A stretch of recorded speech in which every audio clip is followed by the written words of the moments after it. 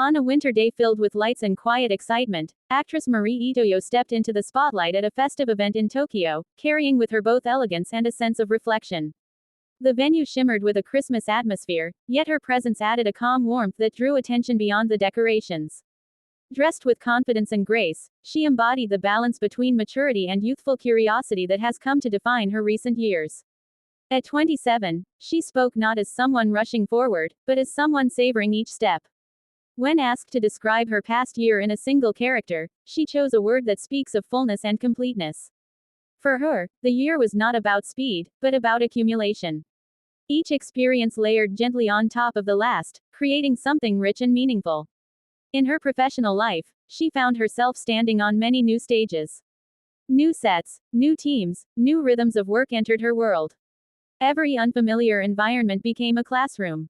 She absorbed the atmosphere of each place, learning not only techniques, but people. The encounters mattered as much as the roles. She spoke of how every conversation, every shared moment on set, quietly shaped her.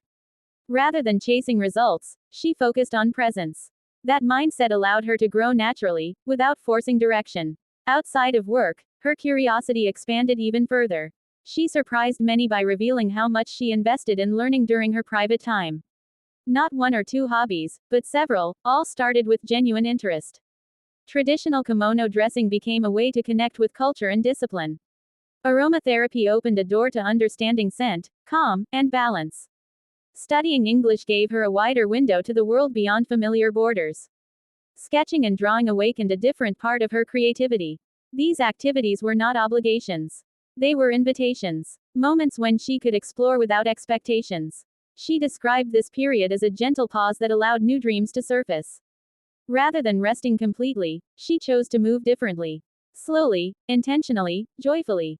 Among these new pursuits, drawing held a special place. It became a shared journey with a close friend, actress Nana Nishino. Their time together was not about perfection, but connection. Twice a month, they gathered, pencils and paper in hand. Homes turned into quiet studios filled with laughter and concentration.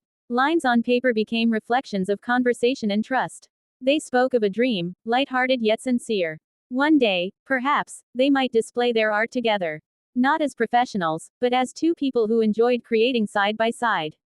The idea itself brought smiles. Looking ahead, their imagination stretched further. They talked about visiting a zoo together.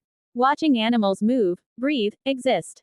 Capturing those moments through sketches. Learning by observing life directly. It was a simple plan, yet full of warmth. Throughout her words, there was no sense of boasting. Only gratitude, only curiosity, only quiet excitement for what lies ahead. She did not frame her year as extraordinary. She framed it as sincere. And that sincerity lingered longer than any headline. In that space between reflection and anticipation, her story felt less like news. And more like a gentle conversation, shared at the end of a meaningful year.